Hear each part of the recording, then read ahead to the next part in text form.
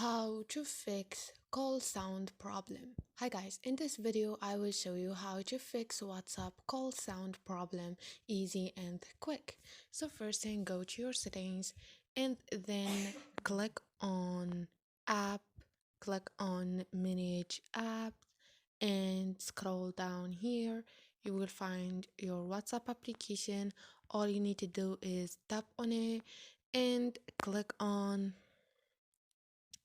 clear cache. Okay, here wait for a second. Once you go back, you will find out that this will help you to solve the problem.